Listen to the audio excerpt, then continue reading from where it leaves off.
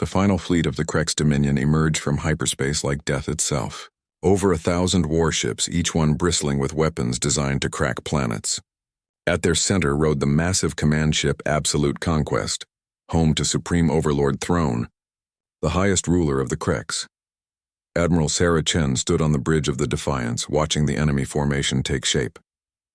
Around her, the combined human-allied fleet looked pitifully small. 187 ships against more than 1,000. By any reasonable calculation, they were about to be annihilated, but Sarah had stopped believing in reasonable calculations long ago. All ships. This is Admiral Chen, she announced on the fleet channel. Today we fight not just for the Volari, but for every free being in the galaxy. The Krex have brought everything they have because they know this is their last chance. If we win here, their reign of terror ends forever. On Serenity Prime, the population watched the approaching battle with mixtures of fear and determination. The planet's children had been evacuated to underground shelters, but the adults remained at their posts. Months of human training had transformed them from helpless victims into determined defenders. Counselor Jack stood in the command center, coordinating planetary defenses with techniques learned from human instructors. Beside him, Elder Vera monitored communications from across the galaxy. Dozens of species were watching this battle, waiting to see if the age of Krex dominance would finally end. Supreme Overlord Throne studied the pathetic human fleet through the sensors of his command ship. These creatures had embarrassed the Dominion once, but today would restore Krex supremacy. He would broadcast their destruction to every world in the galaxy as a warning against future resistance. Begin the attack, Throne commanded. Destroy them all. The Krex fleet advanced in their traditional formation, a massive wall of ships designed to overwhelm any defense through sheer firepower. It was the same tactic that had conquered 100 worlds, but this time they faced an enemy that had studied their methods for months. As the Krex approached, the human fleet simply vanished. Not into hyperspace, but into the system itself. Ships disappeared behind asteroids, moons, and gas clouds. Within minutes, the sensors of the Krex fleet showed empty space where their enemies had been. Where did they go? Throne demanded. His tactical officer studied the displays frantically. Sir, they have scattered throughout the system. Our sensors detect them hiding behind every planetary body. Throne's mandibles clicked in irritation. Then we will root them out one by one. All ships break formation and hunt them down. It was exactly what Admiral Chen had hoped for. The moment the Krex scattered their overwhelming formation, they lost their greatest advantage. Now it became a battle of individual ship actions, where human training and experience gave them the edge. The first strikes came from the asteroid belt. Krex ships pursuing human vessels found themselves flying into carefully prepared ambushes. Asteroids that had been quietly mined for weeks exploded around them, while human ships emerged from hiding to attack their confused formations. Captain Elena Vasquez led her destroyer squadron in a lightning raid against a Krex battle group. Her ships moved like sharks through space, striking hard and fast before vanishing back into the asteroid field. The Krex, designed for massive formation battles, could not adapt to this new kind of warfare, but the humans paid a price for their victories. The UES Ranger, caught between two Krex dreadnoughts, fought to the end but was finally overwhelmed. Captain Morrison and his crew died buying time for civilian evacuation ships to escape. On Serenity Prime, Jax watched the casualty reports with growing anguish. These humans were dying for his people, strangers they had never met before answering the Volari distress call. But the battle was far from over. Supreme Overlord Throne, frustrated by his fleet's poor performance, decided to end the fight with overwhelming force. He ordered his planet-killer ships to target Serenity Prime directly. If we cannot defeat the humans in space, he declared, we will destroy what they fight to protect. The massive siege vessels began charging their weapons, energy readings climbing toward planet-killing levels. Admiral Chen saw the danger immediately. All ships, emergency priority, she commanded. The Krex are targeting the planet. We have to stop those siege ships, whatever the cost.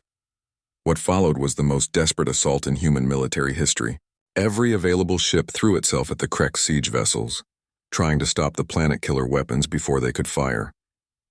Human crews flew their ships directly into Krex formations, trading their lives for a few more minutes. Captain Maria Santos flew her heavy cruiser Indomitable straight into the primary siege ship's weapon array. The explosion destroyed both vessels, but it also prevented the weapon from firing at full power. Admiral Chen watched her fleet dying around her and made the hardest decision of her career.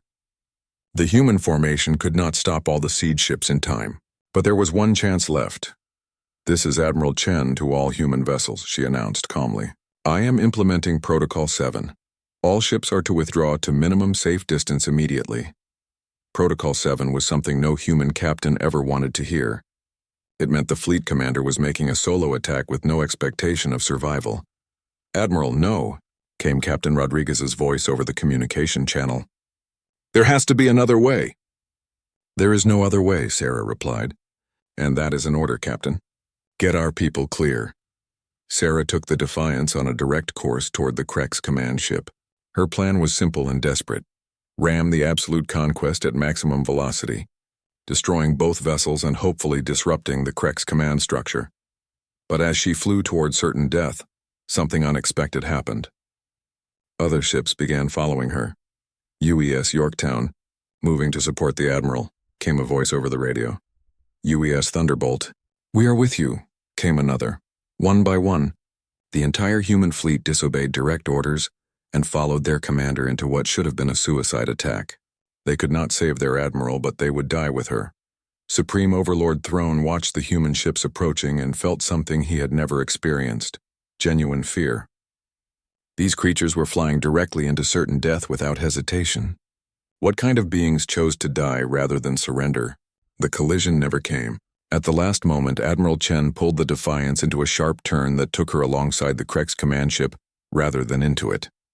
But the maneuver brought her close enough for something no one expected: a boarding action. "All Marines prepare for boarding assault," Sarah commanded. "We are taking their command ship." What followed was the most audacious military action in galactic history. Human Marines, led by Admiral Chen herself, cut through the hull of the Absolute Conquest and fought their way to the command center. The Krex, who had never faced enemies willing to board their ships during space combat, were completely unprepared. Human Marines moved through the corridors like ghosts, using every dirty trick learned on a dozen worlds to overcome enemies twice their size. Admiral Chen found Supreme Overlord Throne in his command chamber, surrounded by dead bodyguards. The massive Krex leader looked at the small human woman with a mixture of hatred and disbelief. "Impossible," Throne hissed. "You are just animals from a primitive world. How do you defeat us?" Sarah looked at the creature that had ordered the deaths of billions and felt no pity. "Because we learned something you never did. We learned that protecting others is more important than protecting yourself." The end came quickly. With their command ship captured and their leader dead, the Krex fleet fell into chaos. Without central coordination, the individual ships were easy targets for the coordinated human allied forces. By the end of the day, the Krex final fleet was scattered wreckage floating in space. The few surviving ships fled in panic, carrying news that would transform the galaxy. The Krex dominion was finished. The victory celebrations lasted for weeks across dozens of worlds. But in the command center of Serenity Prime, a more solemn ceremony was taking place. Admiral Sarah Chen had died in the final assault, along with too many other human heroes to count. Counselor Jax stood before a memorial wall that listed every human who had died defending his world. The names seemed to go on forever, each one representing someone who had chosen to die for strangers. "Why?" he asked Dr. Kim, who had survived the battle. "Why did they do this for us?" Dr. Kim looked at the memorial with tears in her eyes. "Because that is what humans do. We protect our family, and when we met the Valari, you became our family." The transformation of the galaxy continued in the months that followed. The Valari established the Chen Memorial Defense Academy, teaching other species the military doctrines that had defeated the Krex. Former Krex slave worlds declared independence, knowing they now had protectors who would help them stay free. And on 1,000 worlds, when parents told their children stories about heroes, they spoke of the humans who had answered a call for help from strangers and changed the galaxy forever. The age of the Krex was over. The age of the Deathworld protectors had begun. On Earth, in a small ceremony attended only by family, they buried Admiral Sarah Chen in Arlington Cemetery. Her gravestone bore a simple inscription. She heard the call and answered. News of the human fleet deployment spread through the galaxy faster than light itself. On every world and every space station, beings stopped what they were doing to watch the tactical feeds. The humans were going to fight the Vorthak. Swarm. Everyone wanted to see what would happen when the galaxy's apex predators met the universe's most efficient killers. General Vextar of the Draxi stood in his war room, staring at a holographic display of the battle zone. Around him, his officers watched in silence. The Draxi were proud warriors who had conquered half their sector through strength and courage. But even they spoke of humans in whispers. "Show me their ship specifications again," Vextar commanded. The hologram changed, displaying technical data on human warships. The numbers made Vextar's scales twitch with unease. Human vessels carried weapons that violated several galactic treaties. Their armor was thicker than most species considered reasonable. Their crews trained for combat scenarios that other militaries called impossible. "Sir," said his aide, "the humans are broadcasting on open channels. Should we monitor their communications?" Vextar nodded. He wanted to understand how these Deathworlders operated. The human voices came through clearly, calm and professional, despite heading into battle against impossible odds. Overkill protocol to fleet command. Weapons hot, shields up. Ready to party. Inevitable consequence to all ships. Remember, we're here to save civilians. Try not to enjoy yourselves too much. Laughter echoed across the channel. The humans were laughing as they flew toward certain death. "These creatures are insane," whispered one of Vextar's officers. Vextar said nothing, but he pulled up human psychological profiles. The files made for disturbing reading. Humans evolved from persistence hunters who chased their prey for days until it collapsed from exhaustion. They had an unusual relationship with fear, pain, and death. Where other species had survival instincts that told them to flee from danger, humans had something else entirely. They had what their own psychologists called the warrior gene, a genetic trait that made them more aggressive under stress instead of more cautious. 20% of all humans carried this gene. In their military, the percentage was much higher. On the ethereal homeworld, the Council of Minds finally finished their debate about helping the Zilani research vessel. They had decided to send a diplomatic message expressing concern and offering to mediate between the Vorthak and their victims. The transmission was sent 43 minutes ago, reported the communications. "Fine, there has been no response. Perhaps we should send ships," suggested the war mind. Though it spoke reluctantly, the ethereals preferred peaceful solutions. "Unnecessary," said the logic mind. "Our scans show human vessels have arrived. The situation is now under human management." The council fell silent. Under human management. That phrase carried weight throughout the galaxy. When humans managed a situation, the situation usually stopped existing. In deep space, Admiral Chen stood on the bridge of the inevitable consequence, watching the tactical display. The Vorthak bioships had detected the human fleet and were already changing formation. Some moved to engage the humans. Others continued surrounding the Zilani vessel. "They're splitting their force," reported her tactical officer. 150 ships moving to intercept us. 87 maintaining the blockade. Chen nodded. It was a smart move. The Vorthak were protecting their prize while sending enough ships to deal with the human threat. Against any other species, it would have worked. "Signal all ships," Chen ordered. "Engage freely." Rules of engagement are simple. There are no Vorthak civilians, no Vorthak non-combatants, no Vorthak innocents. There is only the swarm. Her crew exchanged glances. Even by human standards, those were harsh orders. But everyone on the bridge had seen the reports from Vorthak-consumed worlds. Cities stripped to bare rock. Billions of beings dissolved in bioacid. "Children's playgrounds turned into feeding pools, ma'am," said her weapons officer. "Should we activate the special ammunition?" Chen considered this. The special ammunition was something the rest of the galaxy had never seen. Weapons so devastating that even humans used them sparingly. Not yet, she decided. Let's see what standard ordnance can do first. Captain Rodriguez stood on the bridge of the Overkill Protocol, watching the Vorthak ships approach. His vessel was one of the smaller ships in the fleet, a mere destroyer compared to the massive dreadnoughts that accompanied it.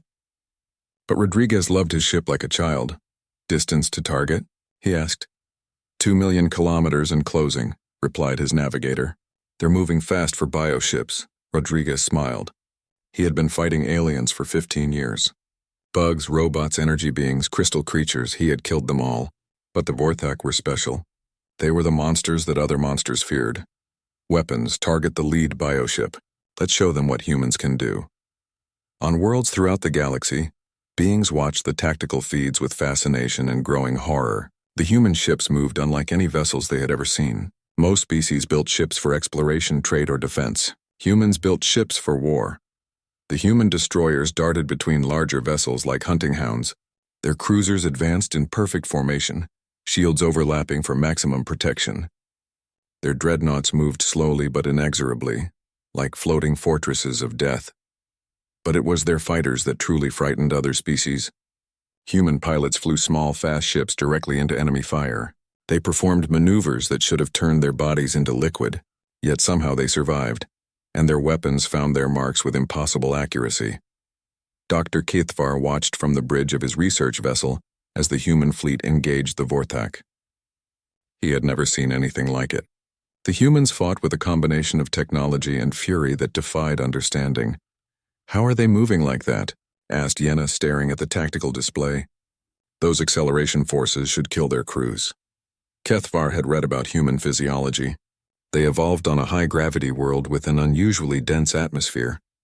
Their bones were stronger than most species, their muscles more dense, their cardiovascular systems more efficient.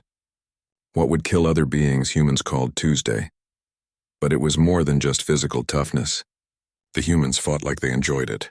Their communications chatter was filled with jokes, encouragement, and what could only be described as bloodthirsty enthusiasm. Overkill protocol to death's door. "Nice shot on that bio-cruiser. She went up like a Christmas tree. Thanks, protocol. These bugs burn real pretty when you hit their nerve clusters." "All ships, this is Admiral Chen. Remember, we're the good guys here. Try to look professional for our Zalani friends." More laughter across the channels.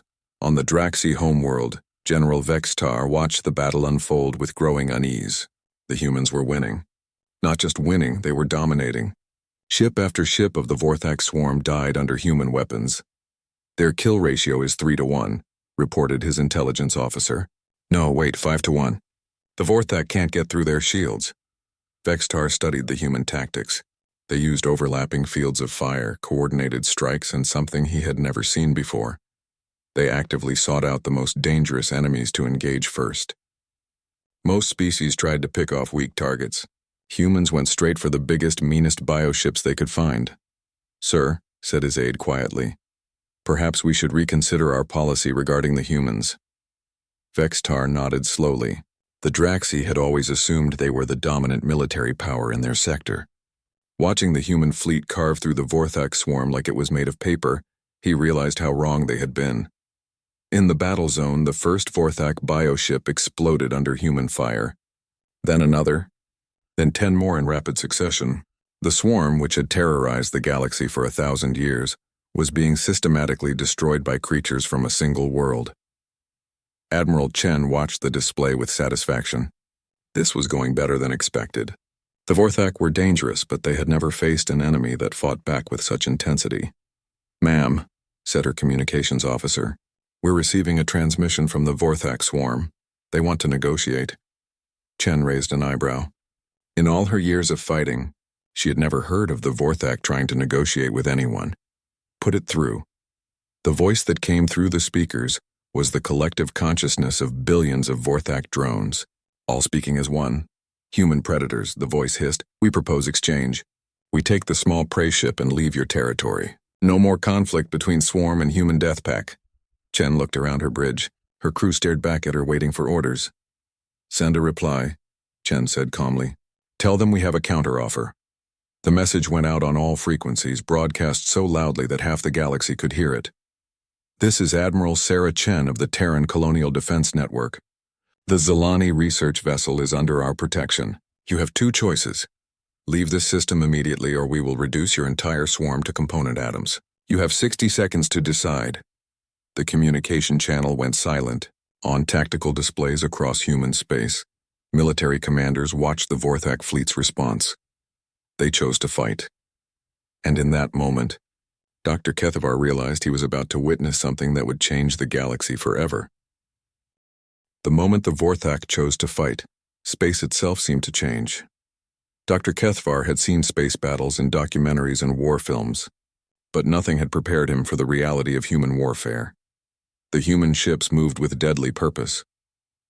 Their black hulls reflected no light, making them almost invisible against the star field. But their weapons lit up space like artificial suns. "By the ancient spirits," whispered Pilot Zen from his station aboard the Harmony's light. "What are those weapons?" Kethavar watched in amazement as blue-white beams tore through Vorthak bioships like they were made of tissue paper. These were not the precise, careful weapons most civilized species used. These were instruments of destruction. "Kinetic railguns," he said, reading the data his sensors collected. "They're firing metal slugs at nearly the speed of light." On the human ship Inevitable Consequence, Admiral Chen watched the tactical display with cold satisfaction. The Vorthak had made their choice. Now they would face the consequences. "All ships weapons free," she commanded. "Show them why humans are called Deathworlders." Across the human fleet, weapon systems that had been held in check suddenly unleashed their full power. The effect was devastating. Captain Rodriguez stood on the bridge of the Overkill Protocol watching his gunners work. His ship was small compared to the Vorthak biocruisers, but its weapons were designed by a species that had spent thousands of years perfecting the art of killing. "Target that bioship with the tentacle clusters," he ordered. "Which one, sir?" asked his weapons officer. "There are 12 of them." "All of them," Rodriguez replied with a savage grin. The Overkill Protocol fired its main guns. Metal slugs accelerated by magnetic fields struck the Vorthak ships at incredible speed. The biohulls, which could regenerate from most damage, simply vaporized under the impact. But the humans were just getting started. On the Draxi homeworld, General Vextar watched the battlefields with growing horror. The humans were not just winning, they were enjoying it. Their communication channels were filled with cheers, jokes, and what could only be described as bloodthirsty celebration. "Death's door to fleet. That biocarrier just tried to ram me. Big mistake. Copy that door, light it up. With pleasure. Firing fusion missiles." The Vorthak biocarrier exploded in a ball of nuclear fire.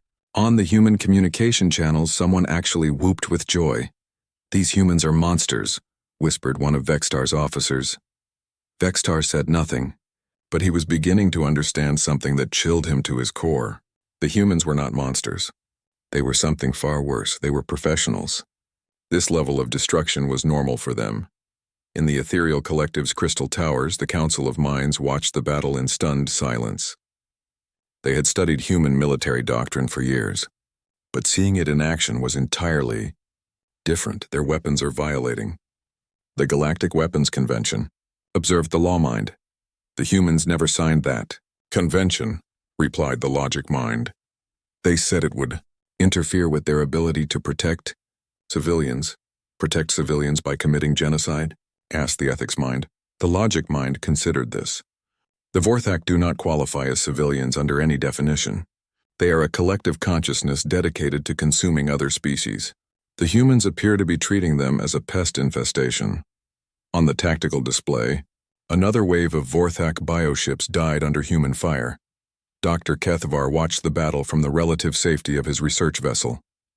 The humans had positioned their ships between the Harmony's light and the Vorthak fleet, creating a protective barrier. But he could see that this was almost casual for them. Their main attention was focused on something else entirely. "Dr. Kethavar," said Yenna, her voice shaking, "I'm detecting massive energy buildups in the human ships. They're charging weapons I can't identify." Kethavar looked at his sensors. His equipment was designed for scientific research, not military analysis. But even he could see that the humans were preparing something devastating.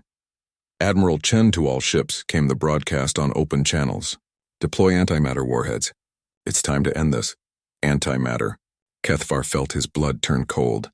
Antimatter was theoretical for most species, a dangerous curiosity that existed only in laboratory settings. The amount of energy required to create and contain it was enormous. The risk of accident was catastrophic. But the humans were loading antimatter into their weapons like it was normal ammunition. Captain Rodriguez checked his ship's antimatter reserves. The Overkill Protocol carried enough antimatter to level a small moon. Today he planned to use it all. "Antimatter torpedoes ready, sir," reported his weapons officer. "Target the largest bioship," Rodriguez ordered. "Let's make a statement." The torpedo launched from the human destroyer, its containment field glowing with barely contained destruction. It struck the Vorthak biodreadnought in the center mass. For a moment, nothing happened. Then matter and antimatter met, and physics screamed.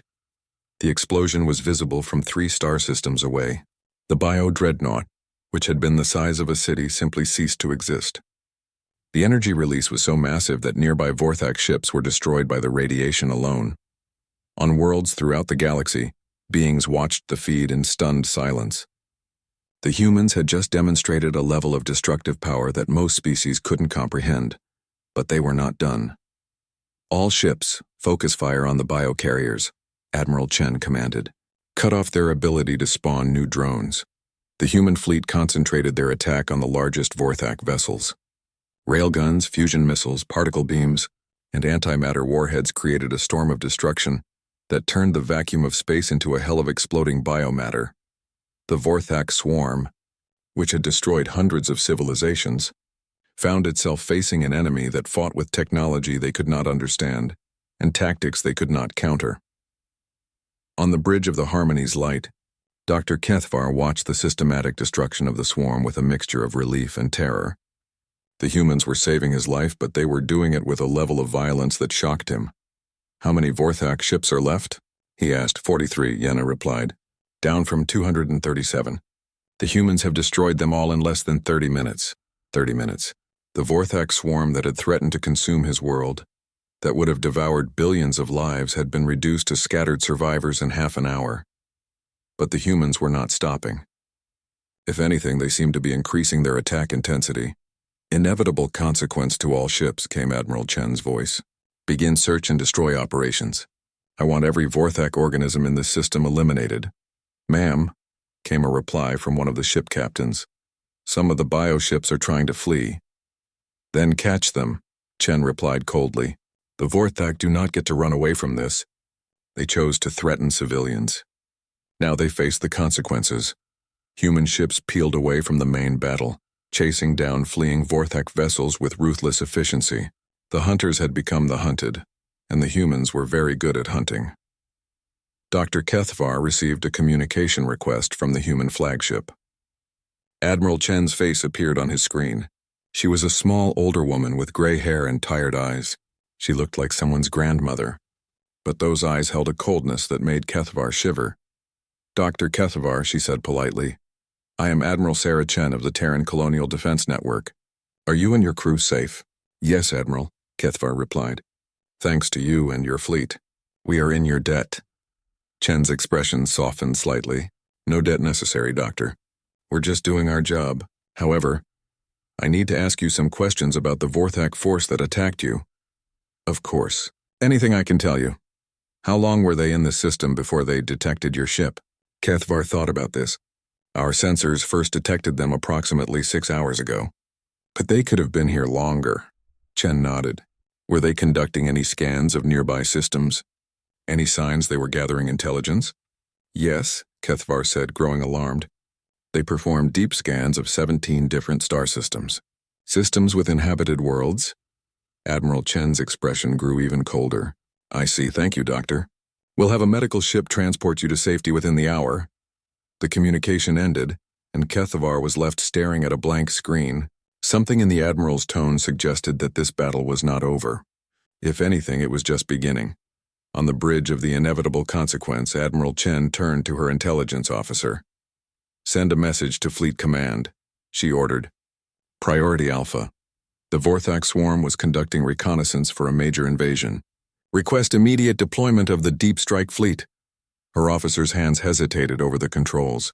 "Ma'am, the Deep Strike Fleet has never been deployed before." "Are you sure?" Chen looked at the tactical display, where her ships were finishing off the last Vorthak survivors. "The Vorthak just made the mistake of threatening civilian populations in human space," she said quietly. "They're about to learn why that was the worst decision in their species' history." She paused, then added words that would echo through the galaxy for generations to come. "Signal all commands. We're going to solve the Vorthak problem, permanently." 3 days after the battle, Dr. Kethvar found himself aboard the human medical ship Gentle Mercy. The name seemed like a joke compared to the warships he had seen, but the human medical staff treated him and his crew with genuine kindness. Dr. Sarah Martinez, the ship's chief medical officer, was checking his health readings when the ship's alert system activated. Through the viewport, HFY saw something that made his breath catch in his throat. Ships. Hundreds of them. Thousands. They emerged from hyperspace in perfect formation, their black hulls drinking light like mechanical void spawn. These were not the 47 ships of the Reaper fleet. This was something far larger, far more terrifying. "What is that fleet?" HFY asked Dr. Martinez. The human woman looked uncomfortable. "That's the Deep Strike fleet," she said quietly. "I've never seen it fully deployed before. Most humans haven't." Through the medical ship's communication system, HFY could hear radio chatter between the arriving vessels. The scale was impossible to comprehend. Battleships the size of cities, carriers that could house entire armies, mobile shipyards that could build new warships in deep space, and at the center of it all a ship so massive it had its own gravity field. "What is that enormous vessel?" HFY asked. Dr. Martinez followed his gaze. "That's the final argument," she said. "It's a planet killer class dreadnought. There are only 3 of them in existence, a planet killer." HFY had heard rumors of such weapons, but he had assumed they were myths. No civilized species would build something capable of destroying entire worlds. But then again, he was learning that humans had a very different definition of civilized. Admiral Chen stood on the bridge of the inevitable consequence, watching the Deep Strike fleet assume formation around her smaller Reaper fleet. The scale was overwhelming even to her. She had commanded fleets before, but never anything like this.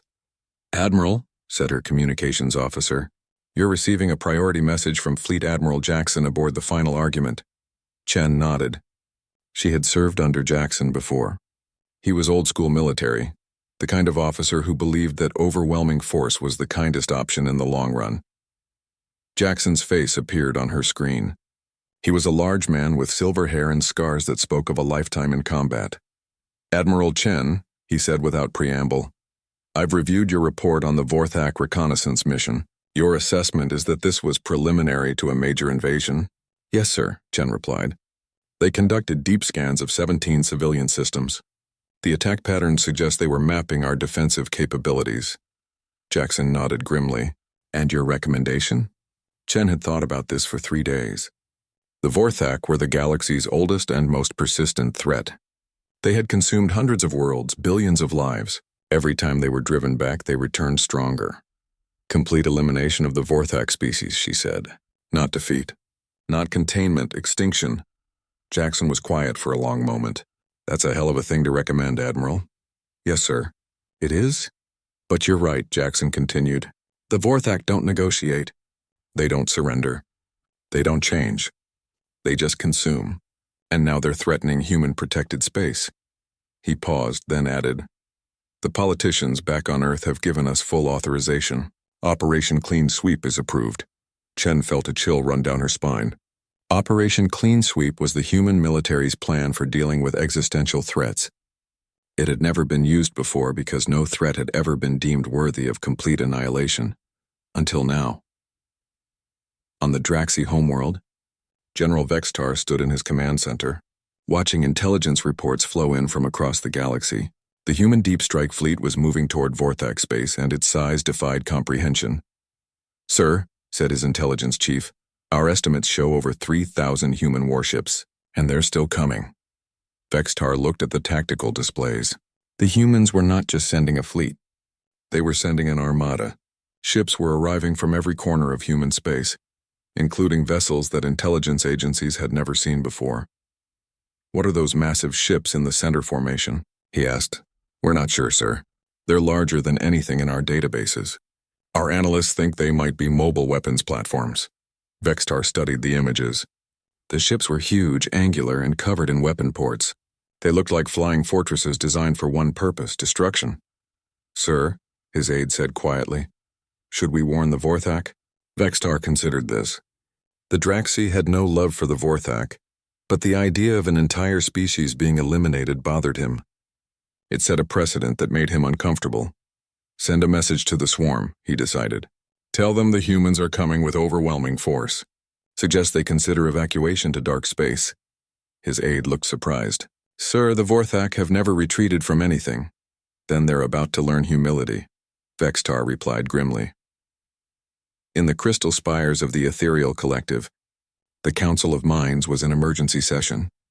The scale of the human response to a simple distress call had shocked them into action. The humans are mobilizing their entire military for what appears to be a war of extermination, reported the War Mind. This level of response is unprecedented in galactic history, perhaps. We should intervene, suggested the PC. Einstein offered to mediate between the humans and the Vorthak. The logic mind considered this. The Vorthak collective consciousness has never accepted mediation. They view all other species as food sources. The humans appear to have classified them as pests requiring elimination. But surely the humans can be reasoned with, the peace mind insisted. The War Mind shared data from the human fleet movements. They have deployed planet-killer weapons, mobile shipyards, deep space manufacturing platforms. This is not a military expedition. This is an industrial operation designed to systematically eliminate every trace of Vorthak existence. The Council fell silent. They had seen human efficiency before but never applied to genocide. Dr. Kethvar found himself in an unusual position. As the being who had sent the original distress call, he had become something of a celebrity among the human fleet. Officers sought him out to ask about Vorthak tactics and behavior. Scientists wanted to know about their biology, but it was Admiral Chen who asked the most disturbing questions. Dr. Kethvar, she said during one of their conversations, in your study of the Vorthak, have you ever encountered evidence of non-aggressive members of their species? Kethvar thought carefully. No, Admiral.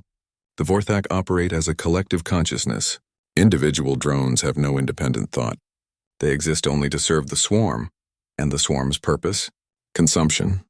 They believe all other life exists to feed them. It's not just what they do, it's what they are. Chen nodded. So there are no Vorthak civilians? No innocents? Kethvar felt a chill. No, Admiral. There are only predators and their food sources. Thank you, Doctor. That confirms our intelligence assessment. After Chen left, Kethvar sat alone in his quarters thinking about what he had just done. By confirming that the Vorthak had no civilians, no innocents, he had essentially given the humans permission to eliminate them entirely. But was he wrong? In all his years of studying the Vorthak, he had never found evidence of mercy, negotiation, or restraint. They consumed everything they encountered. They had destroyed civilizations that had tried to coexist with them, species that had offered them food and resources. Perhaps extinction was the only answer. The human fleet continued to grow. Ships arrived from secret bases, hidden shipyards, military stations that most of the galaxy didn't know existed, mobile weapons platforms the size of moons, factory ships that could build new vessels while traveling through hyperspace, and still they came. Fleet Admiral Jackson stood on the bridge of the final argument, watching his armada take shape.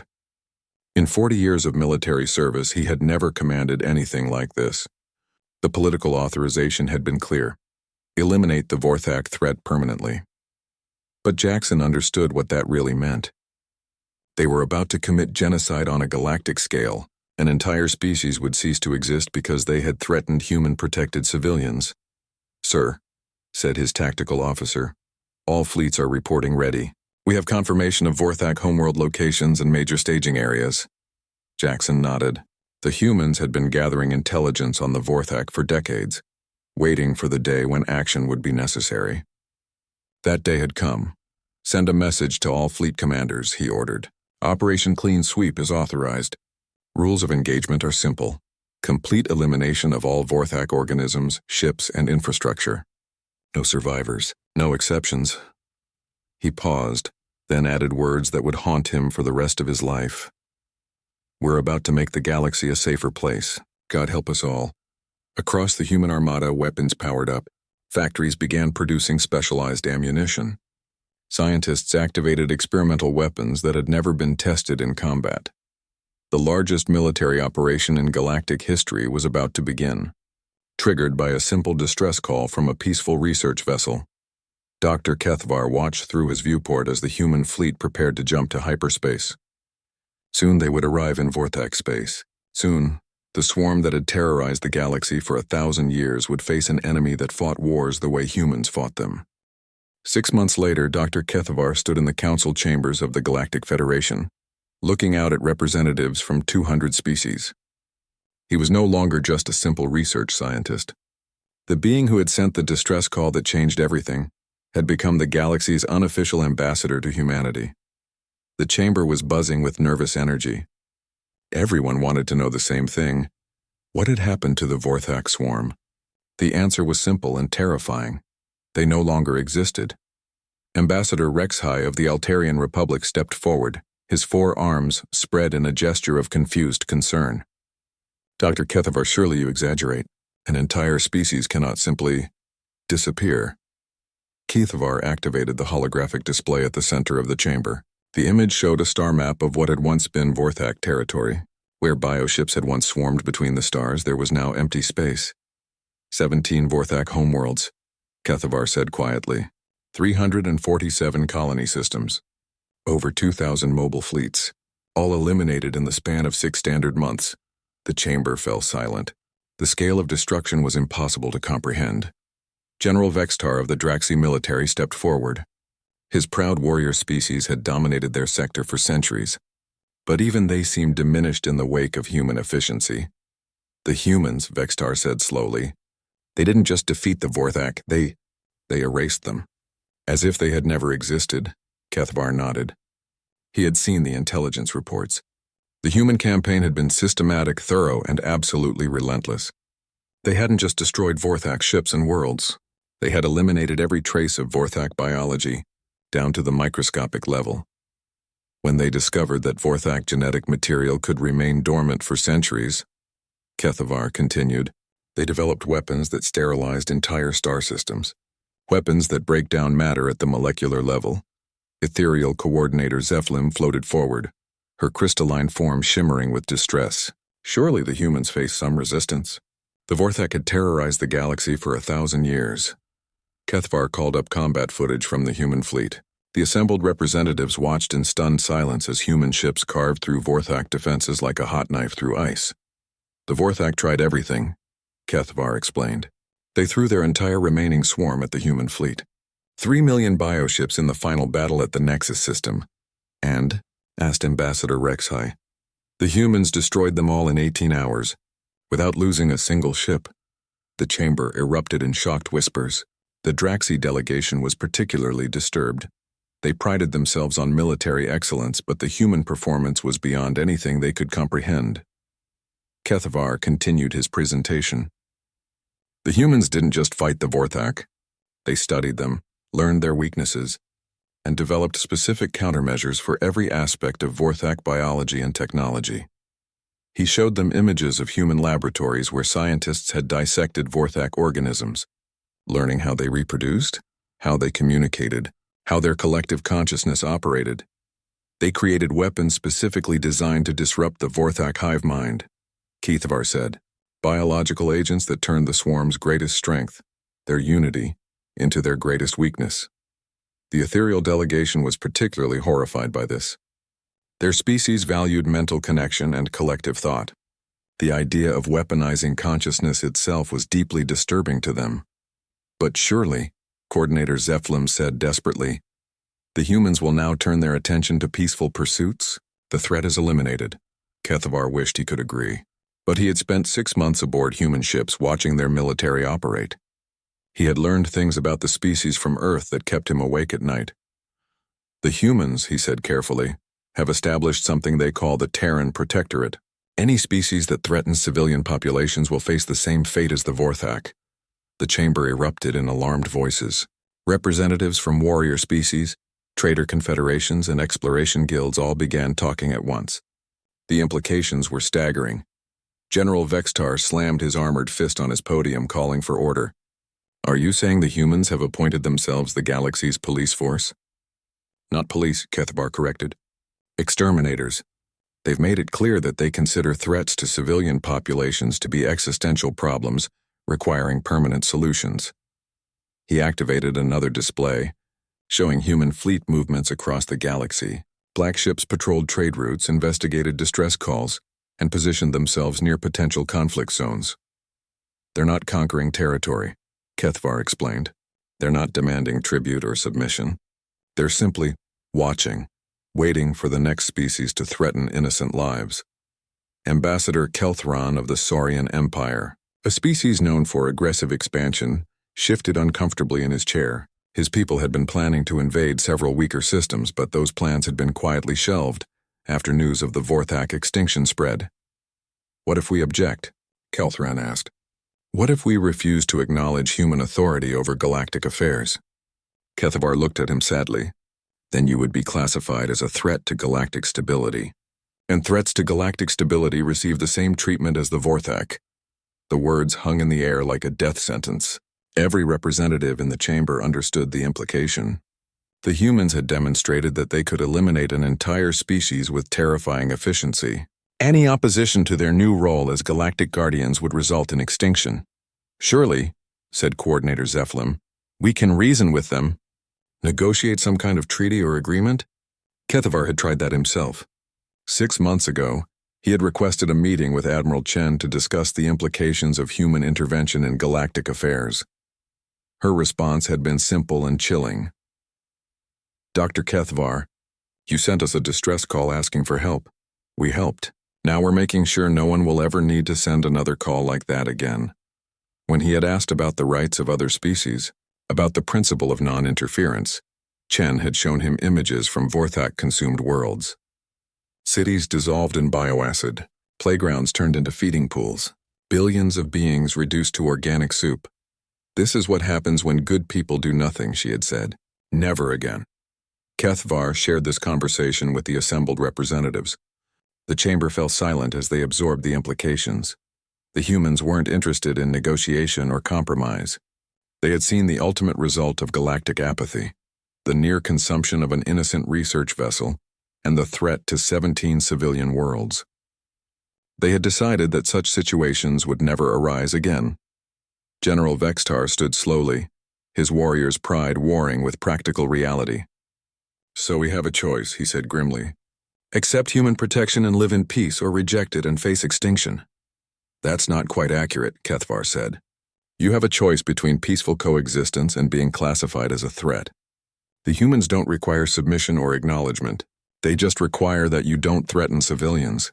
He paused, then added, They've made it very clear that they're the good guys in this scenario, and they're very, very good at being good guys. Ambassador Rexhai laughed bitterly. Good guys who commit genocide? Good guys who eliminate genocidal species, Kethavar corrected. The distinction matters to them, even if it doesn't to us. The session continued for hours, but the conclusion was inevitable. Species after species announced their acceptance of the new galactic order. The Draxi would focus on internal development rather than expansion. The Ethereals would continue their peaceful explorations. The Saurians would abandon their invasion plans. As the representatives filed out of the chamber, Kethavar remained behind, staring at the holographic display showing human fleet positions across the galaxy.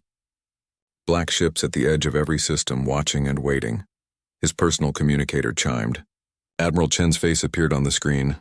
Dr. Kethavar, she said with a warm smile that somehow made her more frightening rather than less. I wanted to thank you again for your assistance in the Vorthak campaign. Your scientific insights were invaluable.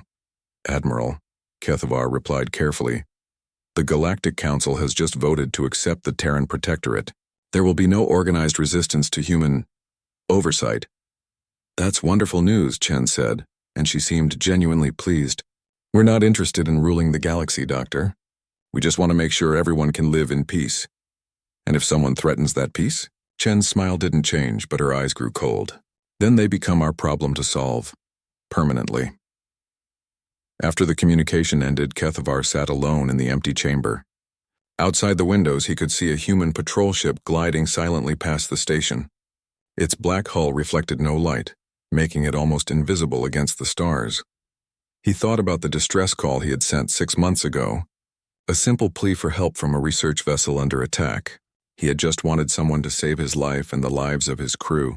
He had gotten so much more. The galaxy was safer now. The Vorthak swarm, which had terrorized civilizations for 1,000 years, was extinct. Trade routes were secure. Civilian populations could sleep peacefully, knowing that any threat to their safety would be met with overwhelming human force.